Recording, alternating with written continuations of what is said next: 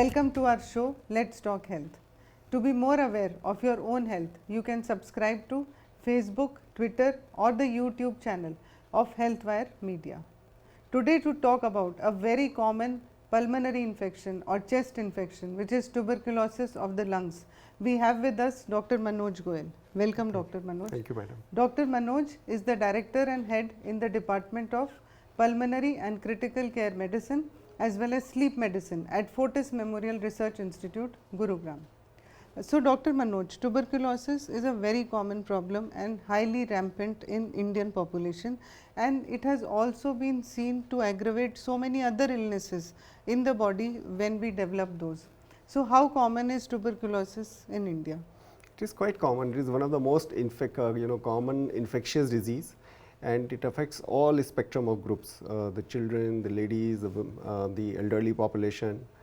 And one thing is that it has been a menace for centuries, as a matter of fact, and it degrades the body over a period of time if not treated properly, and you got various variants of tuberculosis also. So, large spectrum of tuberculosis ranging from simple tuberculosis to drug resistant tuberculosis, extreme drug resistant tuberculosis, involving various organs of the body. This is one disease which can affect any organ of the body. So, it is quite common. So, what happens when we get tuberculosis infection in our body?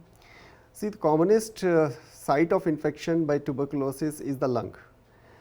So, many times patients would come with fever, cough which is going on for more than 2 weeks. Some people may have some blood in their cough or the sputum. Then there could be glands involvement, where you can find some glands are enlarged in the neck. Then it is a very common cause of sterility amongst the women. As I said, it can affect various organs of the body. People can present with loss of consciousness, seizure disorders, distension of abdomen with fluid in the abdomen. So, various presentations are possible. But the commonest presentation when you suspect tuberculosis is the patient has got a fever lasting for more than 2 weeks and has got a cough which is not getting resolved, then you should go and check yourself with your doctor. Yes. So, sir has very rightly pointed out that chest infection or pulmonary way of presentation of tuberculosis is the commonest, but we cannot ignore other systems of the body and especially female genital tuberculosis that we see commonly in our clinical practice as well.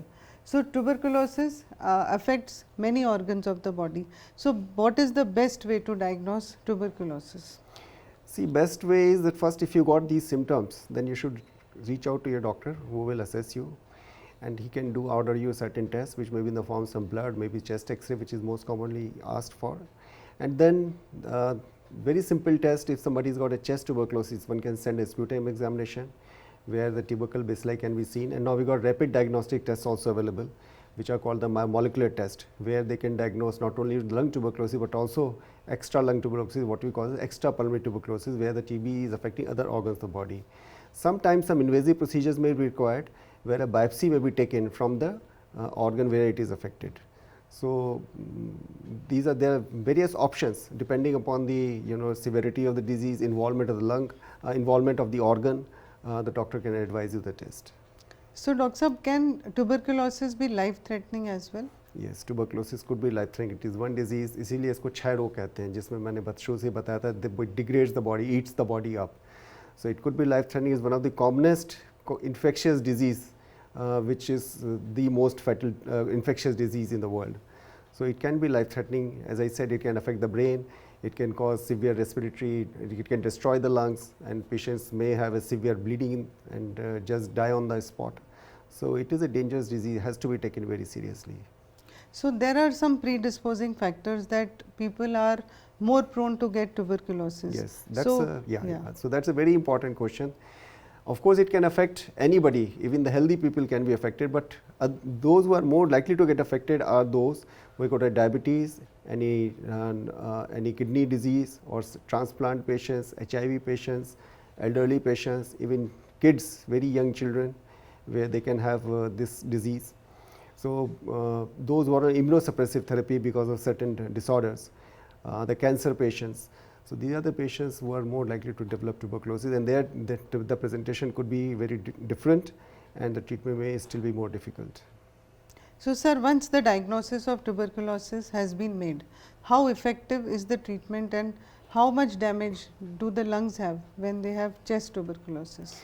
See, as far as the damage is concerned, it depends upon the severity, mild, moderate, severe. There could be extensive lung damage. If the patient has not come early for the treatment, then you can have almost destroyed lungs, and then the recovery would be very bad.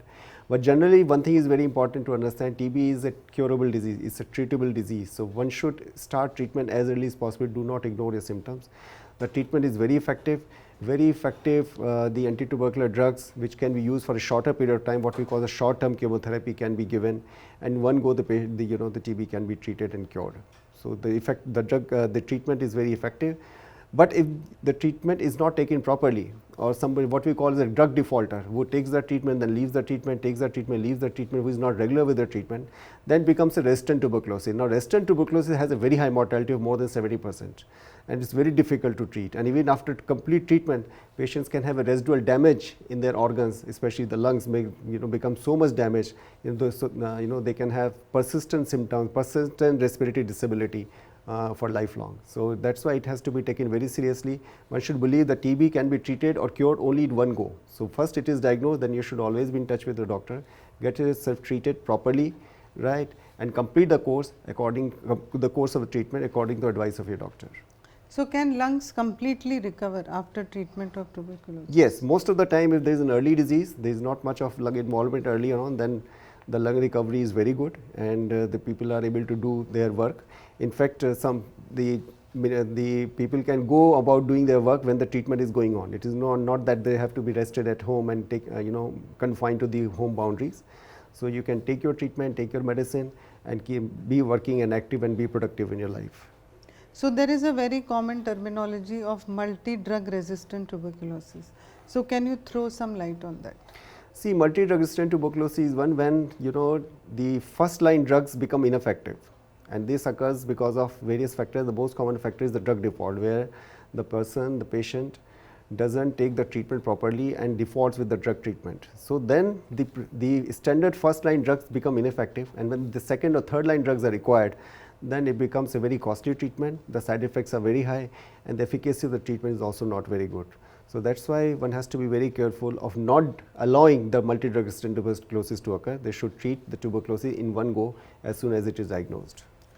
So last question, how can we prevent tuberculosis from spreading? Yes, so if somebody who has got an infection, then and he has been diagnosed as tuberculosis, then his near ones contacts must be evaluated for any symptoms, and at least their chest X-ray should be done to look for any infection in the family members.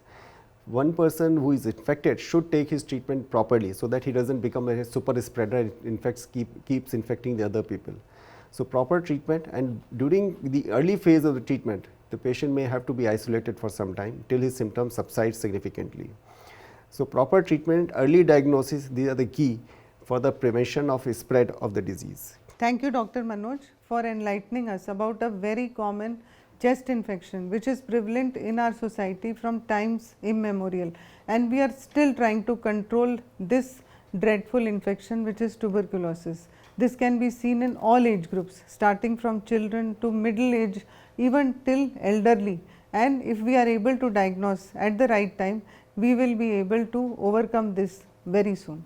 Thank you, Dr. Manoj, for your valuable input. Thank you. It's my pleasure.